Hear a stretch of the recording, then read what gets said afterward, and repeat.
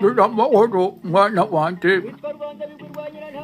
wari hasize iminsi tutaganira ariko urambaza uti wumvise baca umugani ngo nzasiga inkurugunzu nkiri ingagi ntiwamenya icyo bivuze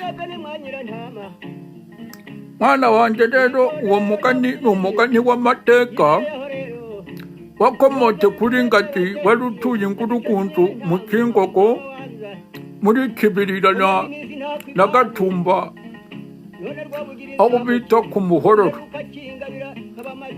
Abubu rero ubu ni mu karere ka Ngororero. Uwo ngagi yari yararanzwe no kuba inyangamugayo idasanzwe, nta muntu wigeze amwumva w'ijambo ribi. Ubwo rero rimwe umuntu yashatse kumucumuza ngo amwandurize ikamba ry'ubumanzi, amushinga umuhunda w'icumu ku kirenge nkana, ngo kugira ngo akunde avuge nabi ate isaro, kuko yari umugabo w'inyangamugayo rwose pe, byahamye rwose mwana wanjye. Ariko ngagi yarashinyirije, yaramubwira ati shingura icumu ryawe nzashira inkurugunzu nkiri ingagi.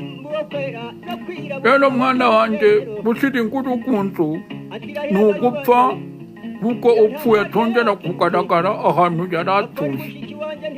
Uyu mugani niwo wakira umuntu ushaka kuguhemuza, ndetse ukamubwira uti nzatsibarara ku butungane bwanjye noye kubupfurira, nta soni nterwa n'ibyo nakoze kugeza ubu. Uwo mugani rero mwana wanjye nitusobanura muri make ni umugani w'amateka, cyo kiri mpagaritse n'ubugingo.